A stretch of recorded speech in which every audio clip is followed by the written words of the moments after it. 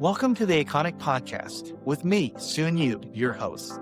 The Aconic Podcast features candid conversations with successful Asian and AAPI leaders who share their personal journeys of challenges and triumphs. The Aconic Podcast is brought to you by the Asian American Foundation, by Gold House, and by the founders of the Asian Alumni Chapter of the Stanford Graduate School of Business, and is made possible through the generous support of Stanford Federal Credit Union and Altos Ventures.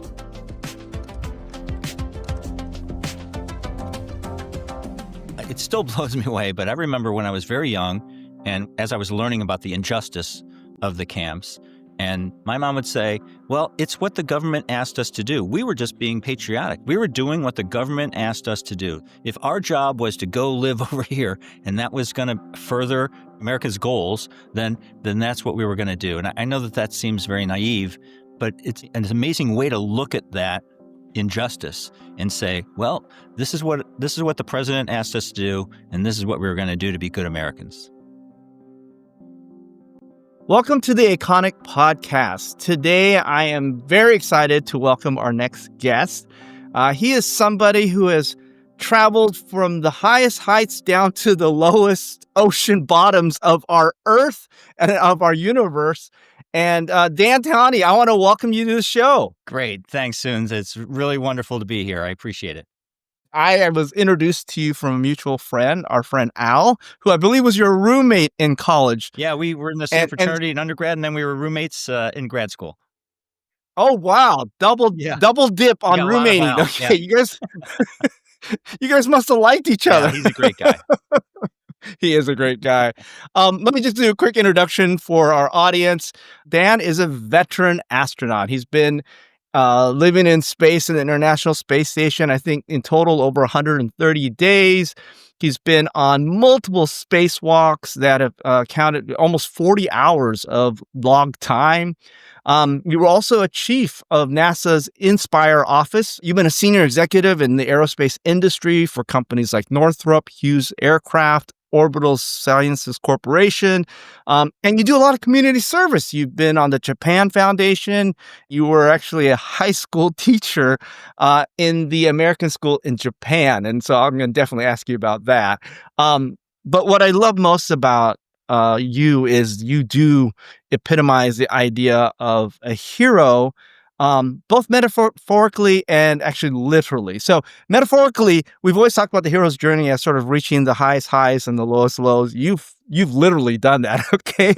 Both in terms of space travel or distance, but also I think in terms of your life when things have happened, I think there's a lot of irony in your story. I mean, your unique family history actually begins in the internment camps for both your brother and your parents.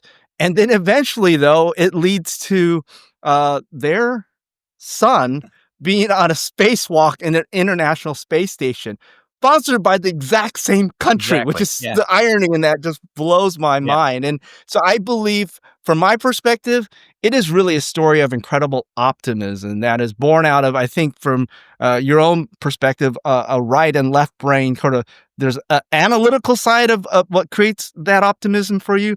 But I think there's also the emotional side of it in terms of putting trust in people. And so we're definitely going to dive into all that.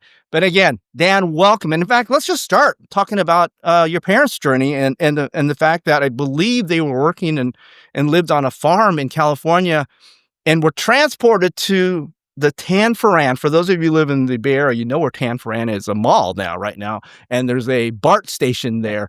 And by the way, Dan, just so you know, I've actually been at the BART station, and there's a memorial to the whole internment experience, and they have all the photos where basically this is what happened to your parents. So I was just at that BART station about a month ago for the first time, and just walking out. And I just had to stop, and I couldn't read it all. I tried to take as pictures as many of the storyboards that they had, but really, really impressive. And I was really happy that Tanforan got that kind of attention. And actually, at the mall, I've been at the mall too, and they've got a little sculpture and a plaque commemorating the importance in American history. So I appreciate you telling me that. It was fantastic to see that, and just really recently I saw that. Dan, we have so many, I think, degrees of separation that are 0. So we've been at the same sort of memorial at the BART station there. By the way, those of you ever travel on BART, stop for a few Yeah. minutes, go out and look at that memorial. It's really worth it. I think the most striking thing about that is a photo that actually shows children with best way to call them is a string and a tag on it, right? They didn't really have names. Their They were number. just tags, okay? Every person had a tag. It was kind of like you were a piece of apparel or merchandise, all right?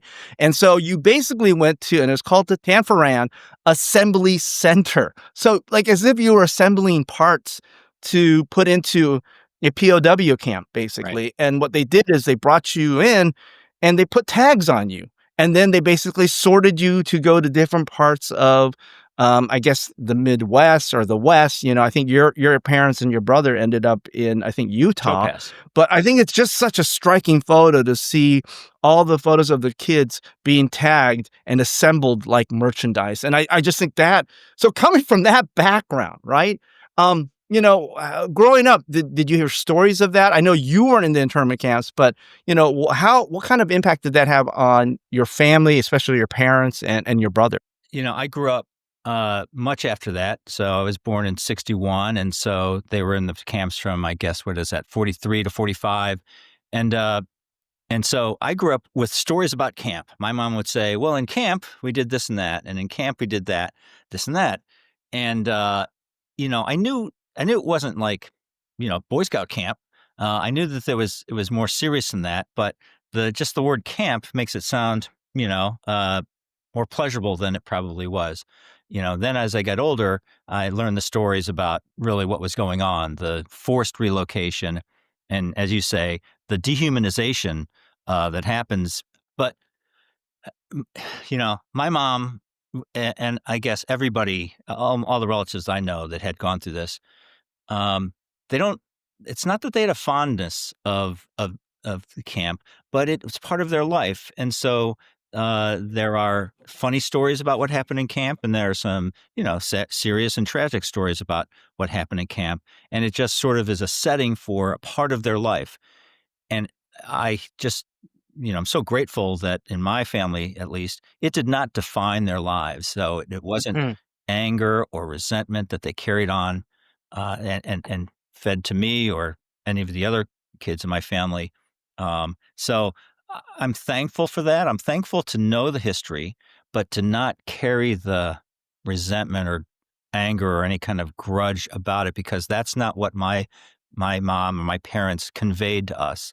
Yeah. Yeah, I know your mom passed a while back, and I was reading some of the notes from the pastor who spoke and gave the eulogy, and I think this sort of captured both the spirit of your mom, but a lot of the folks that came out of the internment camp, and that was bitterness was not an option. It was the idea that holding on to the resentment, holding on to the anger and all that was not going to propel the family forward, not the next generation, not your life forward. And imagine if that bitterness was the option, you probably wouldn't have been spacewalking. Yeah, exactly right. I'd be a different person and not the type of person that they'd want to represent America in space, I think. And so yeah, I am grateful for that. And it still blows me away, but I remember when I was very young and as I was learning about the injustice of the camps, and my mom would say, well, it's what the government asked us to do. We were just being patriotic. We were doing what the government asked us to do. That was, if our job was to go live over here and that was going to further, the America's goals, then that's what we were going to do. And I know that seems very naive, um, but it's an amazing way to look at that injustice and say, well, this is what the president asked us to do, and this is what we were going to do to be good Americans. Wow, what a perspective. It's sort of like you have to compartmentalize the parts of it when you realize, hey, I can't leave the camp. All my belongings have basically been sequestered, or I don't know if I even own that property Right. anymore. I don't know what's going to happen, period, like in the future. Right. And yet at the same time, realizing that, hey, everyone's doing their part. And of course, there's all these stories written about the GIs that were Japanese that fought the Germans. Yeah. So And you talk about this picture that you have of your parents and how much it filled you with Yeah. pride to see that picture. Can you talk a little bit what was in the picture and why that filled you with pride? I came across this picture when I was just going through my stuff or my mom's stuff, and it's a picture of my parents uh, dressed very nicely. I just say it's like they're coming back from church, and my brother, who's about 1, and he's on this little, scooter thing and it's a little family picture. And out of context, it looks like any other new family group. And then if you zoom out, or figuratively zoom out, they're at the Topaz Relocation Center in the middle of a desert behind barbed wire. And what I love about the picture is it's a young family full of dignity. And my mom Mm. is dressed in a nice skirt and a blouse with a little, bow, and my dad's in a suit and a tie. And I think, why would you get dressed like that? Why you're behind barbed wire? What motivates you to even consider or care about what your outward appearance is like? And then you look at my brother sitting on the little thing, and if you look carefully, it's homemade. It's a homemade little scooter made out of obviously crates or pallet parts, just wood that they was found and hammered together as a toy. And so I just love the picture of a smiling family, happy to be together, and knowing where that was taken and the conditions it was taken under. It just fills me with pride that they had such dignity and self-worth, even in a very difficult situation. I got goosebumps when you talked about that because I'm trying to imagine. And, I've seen photos, we've seen the movies, we've seen the reenactments of it. But basically, these were barracks that had no walls. And in fact, each of the families used basically string or rope and sheets to kind of create their sort of bedrooms and their homes. And they were living side by side with other families. And the latrines were at another part Exactly of right. the entire complex. So it was not. And yet, there was so much dignity. I think the community actually got together. They organized socials. They acted as if they were inside. And even though they were placed in these, really restrictive conditions and fairly uncomfortable conditions, and I just find that ability to say that, hey, we're doing what the president asked us to do. That sense of pride, both in terms of yourself, the self respect, but also the idea that they all had this abiding love for America. Exactly And I right. know many of them, That's the right? Many of irony. them talked about leaving the internment Yeah. camp with even a greater sense of Right, pride. right. That's the I guess I call it ironic now, but that's the wonderful thing about it. It's the love of their country is what allowed them to accept this indignity. My mom said the thing that she remembers the most is dust from the desert would come whipping into the camp and up through the floorboards, and then dust would be everywhere, covering everything. And so you're right. They were the families I know about were very creative and created walls of sorts, privacy area. They took their 20 by 20 box and they created homes out of them. Uh, just quite remarkable in my mind.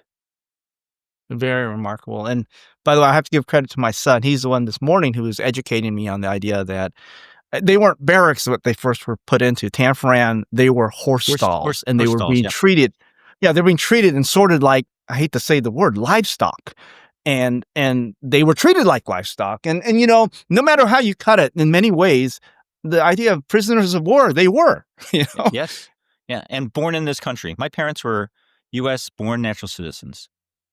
Yeah, and so this isn't an immigrant story. This is a U.S. citizen Right, story, right. and this is an incredible story of resilience and back to the idea of optimism, because without the ability to come from that and have a certain degree of optimism, I don't think the world would have opened up to you the way it did, Dan. And let's talk a little bit about your childhood. I'm going to give you a slight test and All see if you right, know where I'm going here, okay? So I'm going to throw out some names of certain products and see if you can capture where I'm going. great. Okay. These were some of my favorites. Okay. There was the mosquito. There was the super orbital transport. There was a Big Bertha, the Saturn V, the Ah, Der Red Max, and the Beaumark. Do you know what I'm talking about? those are, let's see, the Mosquito and the Big Bertha. Those were Estes, I believe, rockets. Now, I was not an Estes guy. I was a Oh, you Century weren't an guy. Estes guy. What? I w Which one were I you? was Century. I Oh, built the Century rockets. competitor. Estes was the other brand. So there used to be 2 big brands of model rockets, and, I was a Century guy. But I do know, of course, I had the Estes catalog, so I would read them, but those are all model rockets and cool model rockets. So talk about this is listen, this is the first time I think you fell in love with the idea of rockets, right? And I know you eventually became a mechanical engineer, but talk about what was the fascination with rockets? Because I share that with you. By the way, so we have so many shared experiences. This is another one. But yeah, why I grew up with Estes, you grew up with Century. I mean, talk about that. Sure. Well, maybe it was the local hobby store that had them hanging up Mm, on the wall, and, I mean, America was space crazy. This is late '60s, early '70s, space crazy. And I was a kid that liked to tinker and build stuff. And so I got into model rocketry, and it's cool. You open them up and 20 parts come out, and you glue it together, and you have to draw the lines, and it's pretty cool, and you end up with this thing that you built. What's amazing is you can put an engine in the back of it, and you can press a button, and then what you built goes hundreds of feet in the air, almost 1,000 feet. right. I look back at that time now, and I think I really think that that's where my engineering interest really blossomed or developed, because I would spend, as you're a kid, you spend hours looking at the parts. How does it work? Why does it do that? How can you make it better? And so I really attribute model rockets to my interest in engineering later on in my life. So I can't remember the moment I got into it, but I got really into it. And I remember I had a newspaper route, and I saved up my money, and I could spend the big dollars and send away for a box just of parts. It just was a box of tubes and balsa wood, and So you made your own rockets. You yeah, didn't you make the kit ones, you can right? design them any All way right. you want. And I was very proud. I had a couple rockets that I made with gliders on the side of them, and it would go up, and the gliders would come down. And it was really a fantastic activity for me. Oh my God, you're bringing back so many memories. I did the exact same thing. Of course, I was an engineer later too. And I think part of it is, I think early on before there were rockets, people built models, and that was kind of fun. And it's this idea of being able to build something. It's the idea of figuring out a puzzle, which I think was part of it. Right. But the fun part about actually having these rockets is that you could buy these engines that were made out of basically, they were like dynamite, really. I mean, there's sulfur in them. And if you didn't handle them well, Right. like I had people tell me stories that they accidentally ignited inside the house and broke windows and whatnot, right? They're like firecrackers. Yeah. And I think the funnest part is, you're right, building the gliders, the ones that instead of the parachute coming down, they would actually glide all the way Yeah. down, right? And I actually had one rocket, the Beaumark, I loved the most, which was the entire rocket was basically a glider, and Cool. those were the fun. Cool. Yeah. All right. So you and I nerded Right. out on rockets. Okay. Okay. But let's be clear. I didn't take it to the level you did. We'll continue with the story, but I didn't I quite made it make a it where career. you did. Yeah. So you end up taking your mechanical curiosity, your puzzle building, your whole fascination with space and rockets. And by the way, just like you in the 70s, we watched when the capsules landed, and you saw the entry and how it was like on fire. It was really incredible, right? You decided to go to MIT, good school, right? And you studied ME there. And what actually fascinated you when you were, what was sort of your passion when you were at MIT? Sure. Well, actually, I started at University of Chicago as a math major, Oh, and math got really hard really fast there, and I, because I thought, oh, I like math, and once you get knee deep into it, it stopped being fun, and I realized, oh, I like using math. I don't really like studying math. ah, And that's engineering. And Chicago does not have an engineering program. Looked around, applied to a couple schools, and got really lucky and got into MIT. And so went there. And then now I was like a pig in slop. All my classes were stuff I was interested in doing. All the people around me did stuff that was really cool that I really enjoyed talking to them about. This whole creating and making better and design stuff I loved. I really thought, both through my bachelor and even in my master's, I have a real interest in consumer products. I really enjoy how people use stuff, simple stuff, ballpoint pens. What what makes that click, and why is that click so, you know, rewarding, right? Consumer products really fascinate me. And so I was a design kid at school, and I did my bachelor thesis on tennis racket design. Oh, And wow. I really thought I was going to go into consumer product design. And then even my master's turned into a little bit different, but it's how people make decisions together, how groups of people make decisions, and whatever technology you put between them. So I really thought that was the trajectory of my career, is human centered design, or the psychology side, how groups make decisions. When I got my bachelor's degree, at least at that time at MIT, there's a huge poster of who's going to come on campus to interview, and you just look at it, and you look at the companies, and you start dreaming, I'd like to talk to them, right? And so one of them was a aerospace company in Los Angeles, and in El Segundo, right by the beach. And I thought, well, I'd love to get a visit to the beach, a paid visit to the beach. So I applied. I sent my application, I got an interview, and I got an interview trip.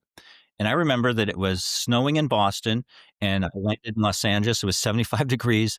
I remember, so a company called Hughes Aircraft Company, they don't make aircraft, and they don't really even exist anymore, but they were one of the very few companies that was making satellites at that time. But I remember going to the interview thinking, this is pretty cool. These satellite things are really cool. I don't know much about them, but it's really awesome. And then I remember taking the next day off and going to the beach and sitting at the beach and watching people roller skate down the strand there, and thinking, well, I can probably do this. This would be a good move for me, because it just seemed like a great lifestyle move for me.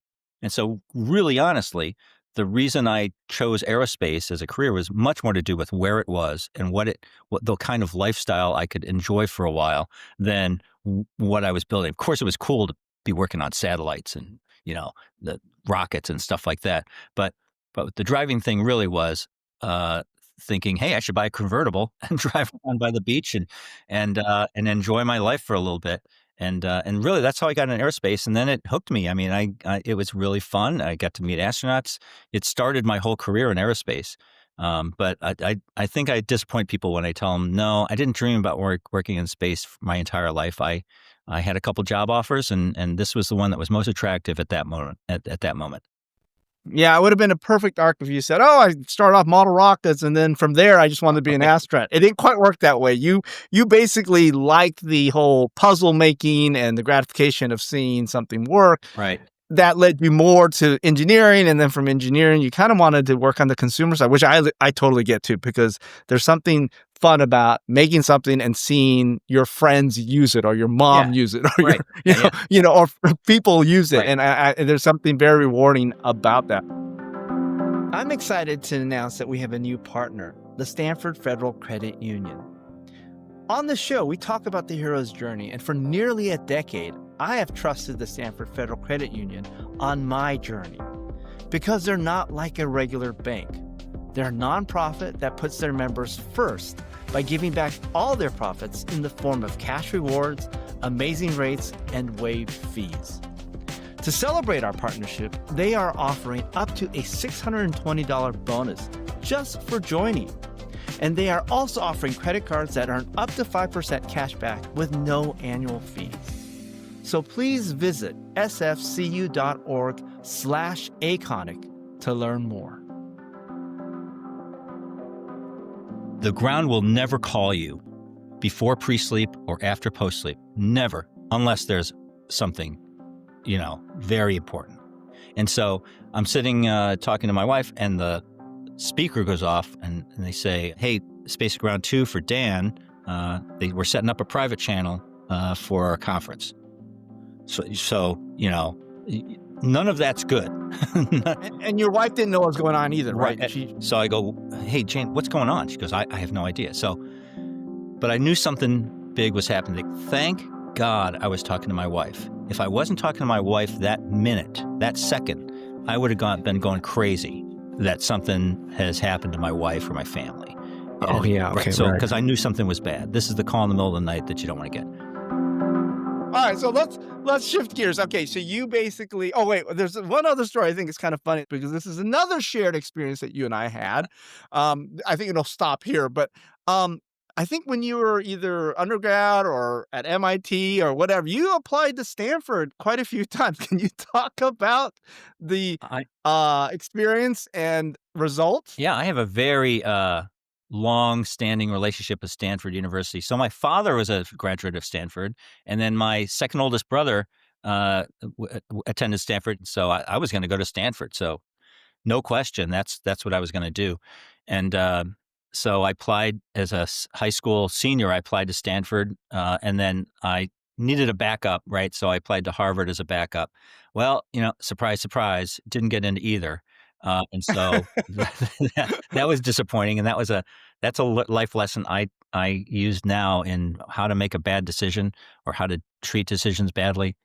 And so then I went to Chicago. I was fortunate to get into Chicago, and then I wanted to go study engineering. So one of the places I applied was Stanford, and I had heard from MIT, got into MIT, so I felt pretty confident that Stanford was going to let me in.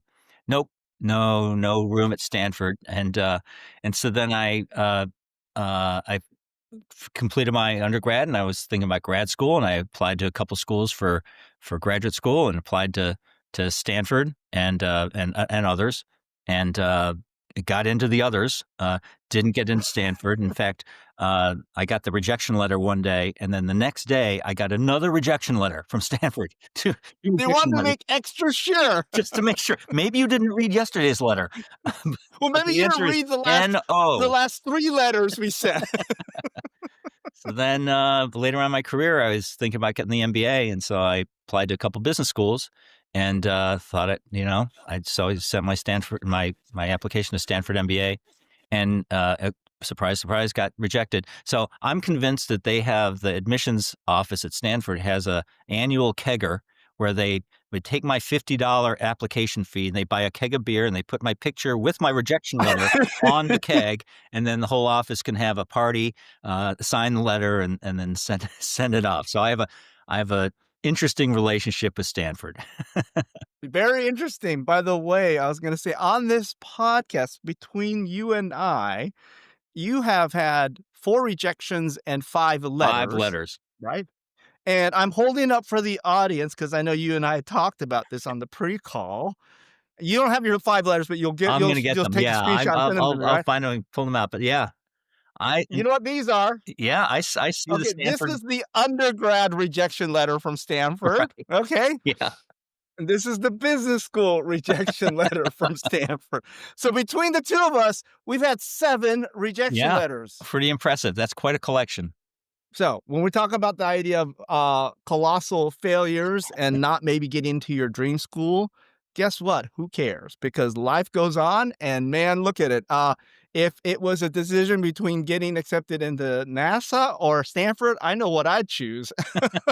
Well, so when I applied for the B school, I was at a point in my career where I wanted to change something. Had been an aerospace engineer for a couple of years, and had I gotten accepted to B school, I probably would have gone to Stanford B school but the next year is when I got the call for the interview to be an astronaut.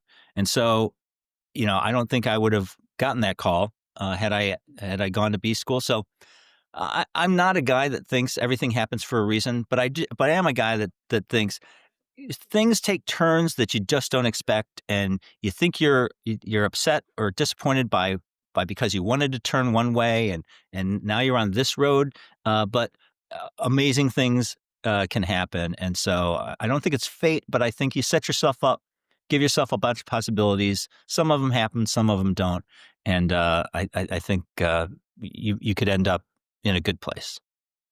I think that's interesting the way you described it, because some people would say, "Oh, this bad turn was causal and led to this good turn." Maybe, maybe not. But I think what my takeaway from what you just said is this: no matter whether it was a bad turn or good turn, what's in front of you, there's just so much optionality that you're not even going to be aware of, Right. right? There's that it doesn't matter what turn you've taken, good or bad.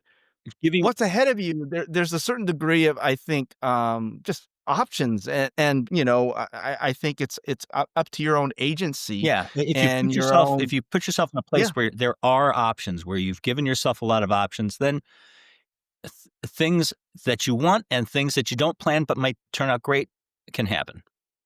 yeah. So let's talk about this idea of creating optionality and how it led to NASA. You left grad school and you worked at, I think, as Orbital Science Corp, and you were doing cool stuff like, I think, rocket propulsion, right? And you were doing, I don't know, payload, Hmm. I think, work and a whole bunch of stuff that related to, I think, the aerospace industry, Right. obviously. But you actually were lucky in that you got exposed to astronauts. What happened after you got that exposure?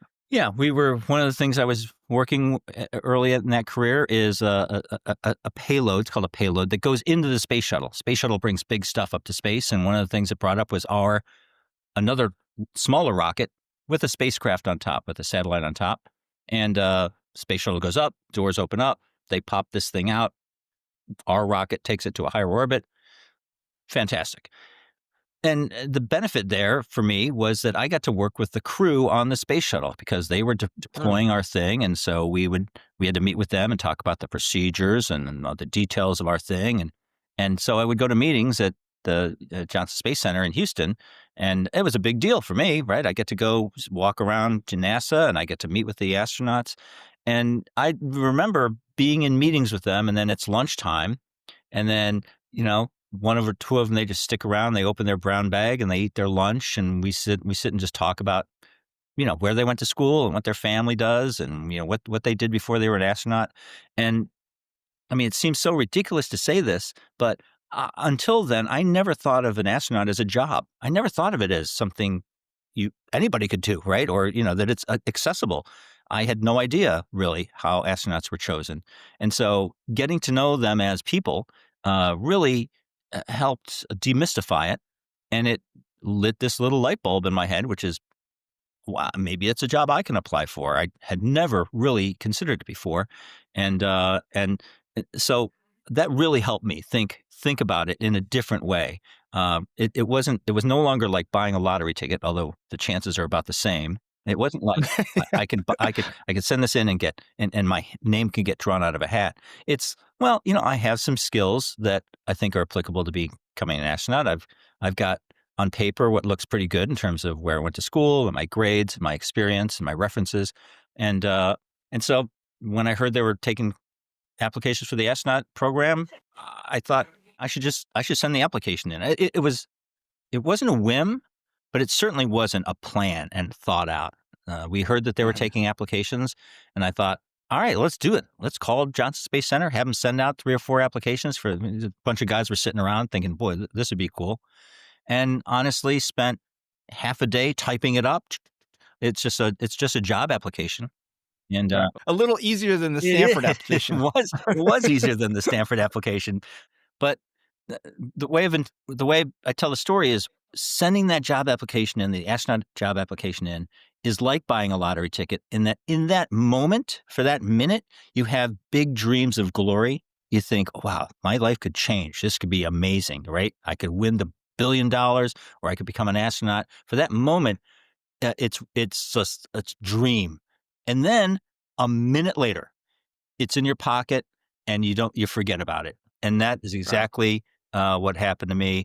And I got turned And you down. mentioned you actually they passed you up a couple of Yeah, times, I is got that turned right? down the first couple times, which is exactly what I expected. There's no surprise there. I got the card that said no, thank you. I'm, okay, great. Stick that in my memory book, and then and By the way, you were prepared because Stanford prepared you for those see, rejection letters. Stanford prepared me perfectly to be emotionally accepting acceptant of of those rejections.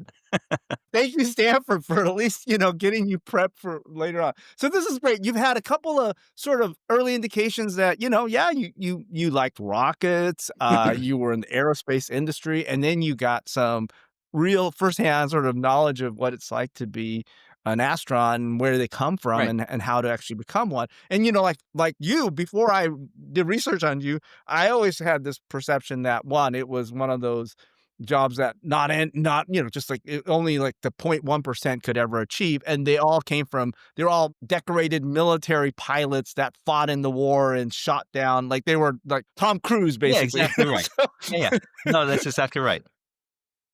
yeah. So let's say, okay, finally, at some point, after a few applications and after being, again, rejected, Uh-huh. which is a general theme of yours, Yeah. Dan, by the way, um, you got the letter. Can you describe what happened? Or did somebody call Yeah. you? Or, well, like, describe that moment when it's like, I won the lottery.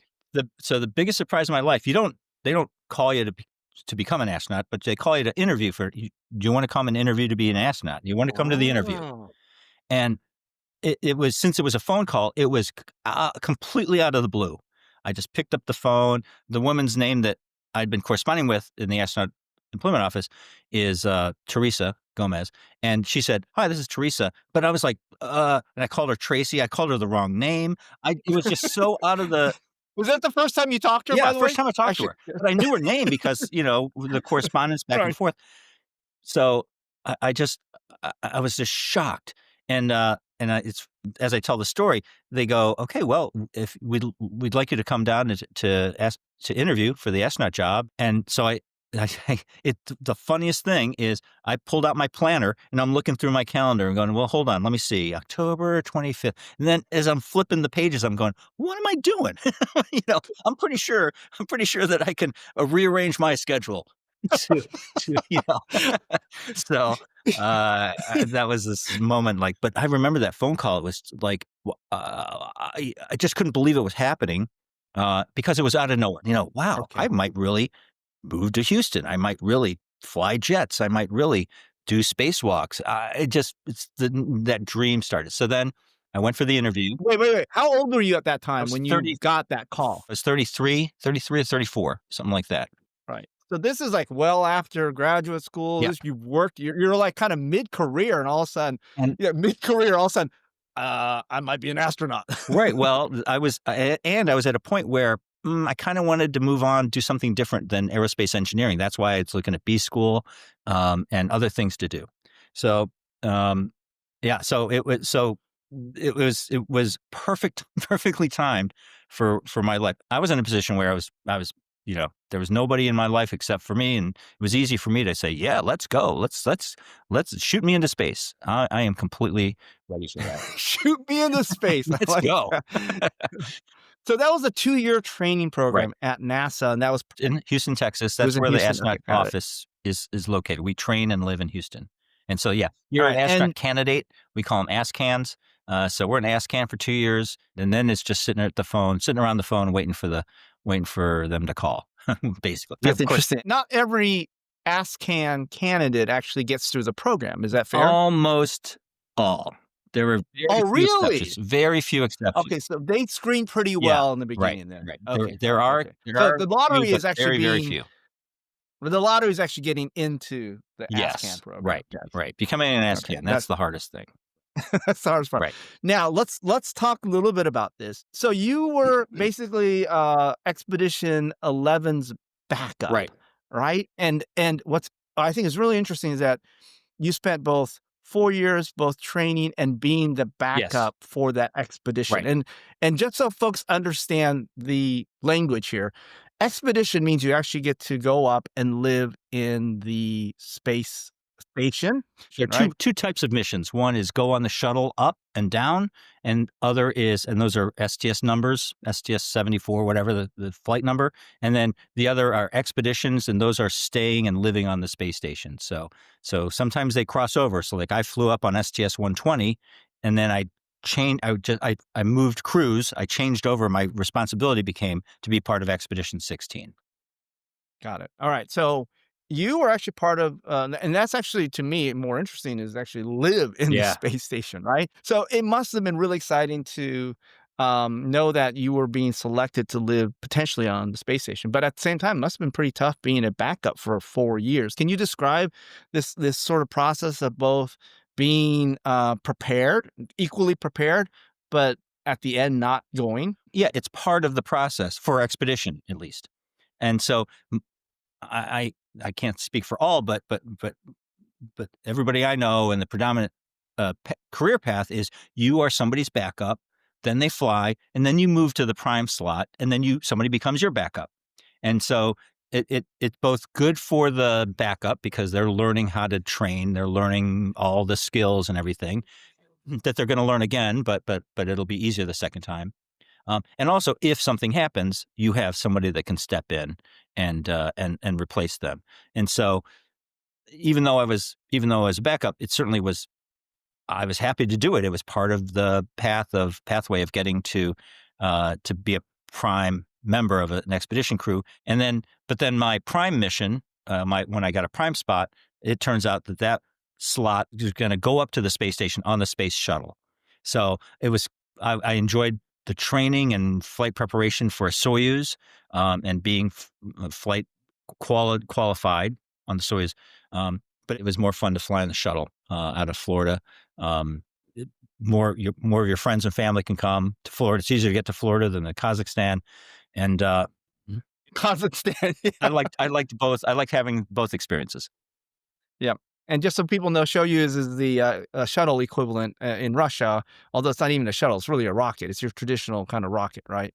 So the ride up to the space station is a little capsule. It's called the Soyuz. Yes. Right. Russia did have an equivalent of the space shuttle, but they had one test flight and never flew it again. But their workhorse is called the Soyuz. It's a small capsule that goes up to the space station. Right. Okay, well, let's talk about it. You finally, I think it was STS, which is the shuttle, right? The STS mission 108. Okay, and that was like a 2001. By then you were almost 40, right? Yeah, I guess 40 years old. So my first flight was STS 108. And then after 108, then I trained for the expedition as a backup. Right. So 108 was my first flying flight, the shuttle part. Great Introduction to Space, all shuttle based. All the training was in Houston. I got the call on, I think it was January 7th of 2001, and we flew in December 5th of 2001. So basically a calendar year of training and then a 12-day mission. And then on that 12-day mission, were you allowed to dock and enter the space station or no? You stayed on the shuttle. Our mission objective was to go and dock to the International Space Station. We carried a crew of 3 new expedition crew members up to the space station. They were getting off, and they were going to staff the space station. And then the 3 people that were up there came down with us, and we brought a crew of 3 home from the space station. That's really amazing. I encourage everyone to listen to, go on YouTube, type in Dan's name. He talks a lot about life in space. We're not going to do that in this episode because there's so much more I want to go over. But it's so fascinating. Everything from going to the bathroom to eating your food to everything, right? It's really fascinating. Are you ready to be part of a community that amplifies the voices of Asian leaders in business, government, and the arts? The founders of this podcast are members of the Asian Alumni Chapter of the Stanford Graduate School of Business, whose mission is to empower Asian and AAPI voices in our community. By subscribing to this podcast, you'll stay up to date on the latest Aconic episodes, and importantly, gain exclusive invitations to select Stanford Asian alumni events that can provide useful insights and a powerful network to help you on your personal and professional journeys. Go to aconicpodcast.com and subscribe today. Join us and be a part of a community that's shaping the future of Asian leadership. Okay, let's talk about being up there the first time, right? And seeing the Earth and kind of your perspective and also this whole training, working with other people from different cultures and nationalities. What did that teach you about both leadership and collaboration? And obviously, what could you share with the audience about that? Yeah, we call spaceflight a real team sport. It is important that we, as a crew, act like a team and understand that our team isn't just the 7 of us. There are hundreds of people on the ground that are as critical as we are in the success of our mission. And many of us also consider our families part of the team. But when we focus on the crew, Um, Astronauts are selected usually by other astronauts. So the personality wise, we are very compatible, usually by selection. And that means having a lot of fun, really enjoying each other, really enjoying our backgrounds and how we got there. When I on my stay at station, at least, um, I have Japanese ancestry. I flew with Russian cosmonauts. I flew with German astronauts. I flew with French astronauts. And you think, holy cow! Just a generation ago, these were enemies. These were mortal enemies, by nationality, and yet there's no division between us. In fact, we love each other. We have fun together. It's a collaborative. I do put my life in their hands, and so it's fantastic that the boundaries of nationality, honestly, the boundaries of gender, all these other boundaries disappear. They are your crewmates. They're like your family, and so you stop thinking of them like somebody else. You stop thinking of them as other, and you think of them as part of your team. And so every team would benefit from thinking about thinking about it that way. We are different. We have different skills, and we have different sense of humor, and we have different perspectives and experience, and all that is valuable to the team. You want that, right? You want different perspective. You want different background for opinions.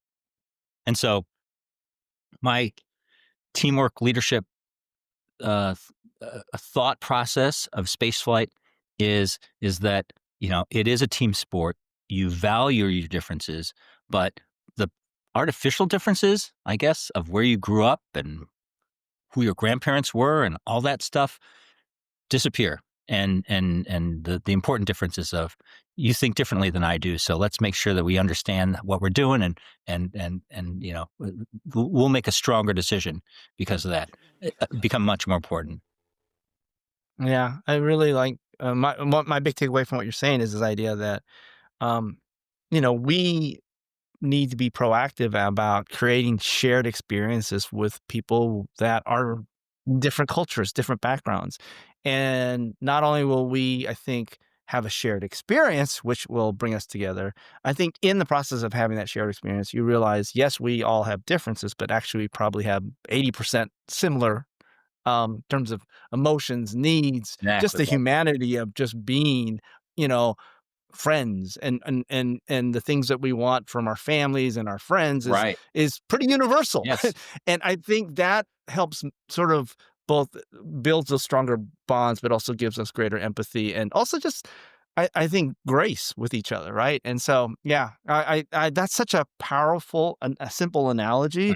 And my main takeaway is we all have to be proactive about trying to seek those experiences. Yeah, And I I know that we're trying to I build agree. I know we're trying to build a stronger AAPI community, and we definitely need to do that. And that shared experience with each other is important, but we also have to make sure we reach across and invite other communities to create shared experiences. So, yeah. So you came back and then you did something really interesting because and it was also part of NASA. You lived on the bottom of the Atlantic Ocean for a week, and what was that, to test extremes of human condition or equipment condition or what? I'm just really curious about you were part of Nemo too. Nemo 2, the second crew.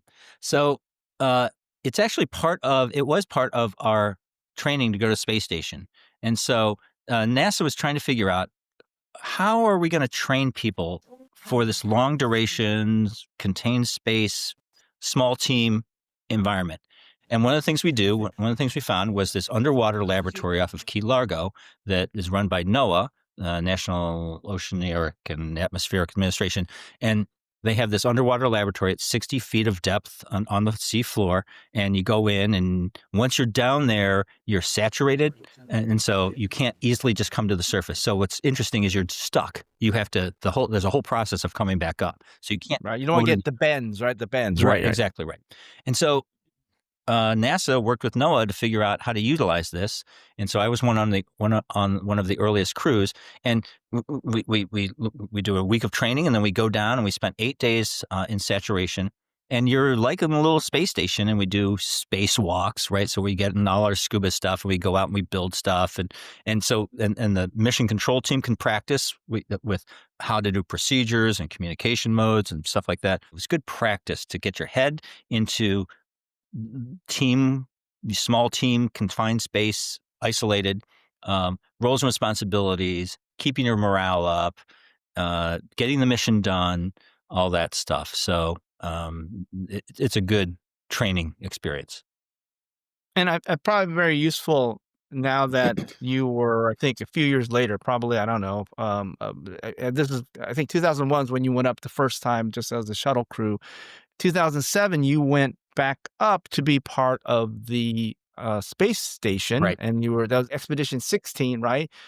And you were originally supposed to be there, I think, maybe a month, Yeah, 2 but months it ended up was being. the plan. The My ride up and my ride down were on the space shuttle. And so Mhm, the space shuttle is notorious for not hitting its launch dates and having slips. It's a very complicated machine. So instead of coming back after 2 months, I came back after 4 months. Quite honestly, I would have been disappointed to come back after 2 months. Um, I trained 5 years, and I wanted a decent stay up there. I could have stayed mhm. for months longer, because life up there, working up there is just fantastic, and I really enjoyed it. And so I consider it a blessing that I got my mission extended from 2 months to 4 months. A blessing, but at the same time, there were excruciating circumstances happening down at Right. Earth. Yes. So I mean, this is, we talk about the hero's journey and the tough moments in those journeys. This is probably one of them where you were up there and here you are living one of the right. biggest dreams of your life and you get a call. Can you describe what happened? Yeah, I had done a spacewalk the day before, and so the day after a spacewalk is a kind of a relaxing day. And so I was on the phone with my wife, and so I'm about, ready to go to bed and just catching up with my wife, and it's after what's called post sleep. So they break up the day 2 hours in the morning. They call pre sleep, and then the working day, and then they post sleep. The ground will never call you before pre sleep or after post sleep, never, unless there's something very important. And so I'm sitting talking to my wife, and the speaker goes off, and they say, "Hey, Space Ground 2 for Dan. They were setting up a private channel for our conference."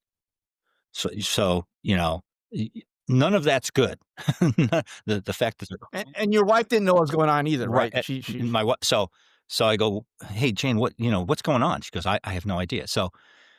But I knew something big was happening. Thank God I was talking to my wife. If I wasn't talking to my wife that minute, that second, I would have been going crazy that something has happened to my wife or my family.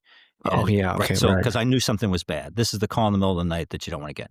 So then they called my wife and brought her into mission control. They had my flight surgeon. They had the chief of my boss basically assembled to tell me that my mother had passed away. Her car had been hit by a train, and she had passed away. And I would say gratefully, she was killed instantly. I think of all the worst things that could have happened. And to me, the worst things that could happen is she was just critically injured and suffering. And I'm stuck on the space station and I can't be there. And now I'm thrown into this thing where I'm at work, basically. I'm stuck at work and going to go through the grieving process, go through the administrative process of all the things that were going on the ground, her planning her funeral and her service. And my family had to have a press conference because it was big news. It was big news that a guy on the station, his mother passes away, and there's a lot of attention. We say that one of the upsides of all this thing is we got to talk about my mom for days and days. You were the first where As something far as like we that know of, happened. yeah, to lose a close family member while in space. Yeah, and I know that while you were up there, I'm sure not only did you have wonderful conversations with your family about your mom, and I read some of the stories that you guys shared back and forth. I think she worked in the cafeteria Yeah. of a high school or a school Right. until she was 70, and just an incredible human being. you also have a on YouTube an essay that you provide that you wrote for your mom that I thought was very touching, and you mentioned in that you were so proud of her, and so talk a little bit about what gave you that sense of pride, and I think pride goes back to I think how she dealt with being in camp. Now that I'm a parent, I say I know that your number one job as a parent is to be a role model.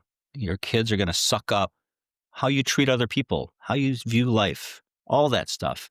You don't teach them that, you live it, and your kids learn from that. And that's what Mhm. exactly what I learned from my mom. And and so her experience, her talking about camp, the whole attitude of camp, the fact that she was a widow at 47 years old. You know, she lost.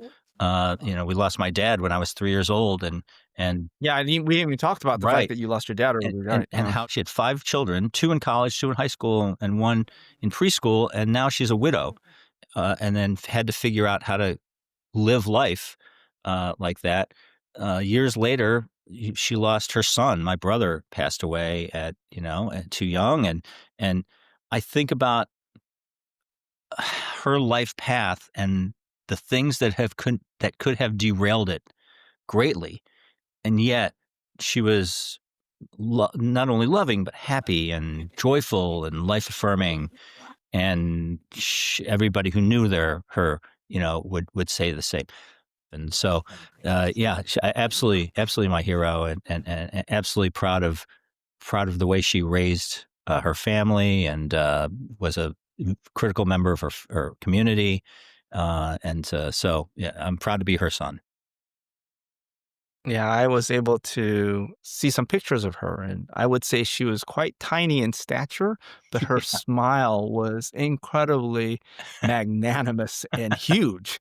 And so, Yeah, it was beaming from this small stature came this one person. And, I think it's so amazing that you look at her arc.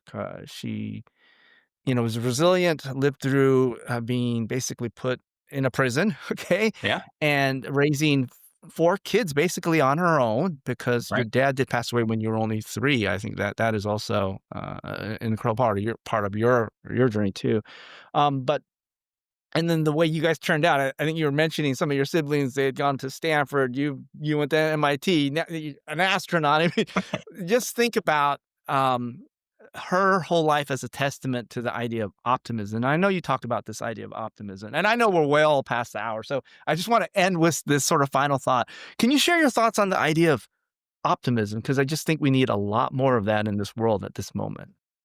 Yeah, that's what I take away from my mom is optimism, and it's a choice to have a perspective of what's going on, and y- y- first of all, the understanding that it is your choice to decide to view things one way or another. You have the power to have something bad happen to you and to react to it. And so, instead of being a passive recipient of mood and of events, we all have the power to decide how we're going to react to those events. And I don't claim to have blind optimism. I'm not convinced that everything is going to work out. Um, but I'm optimistic about people. I believe that the vast majority of people are good hearted, kind, will help you if you need it. And so, I truly believe that people want to do the right thing. People are good. And it bums me out when people are surprised when when a stranger helps them out. You know, I just think that's the way we should expect.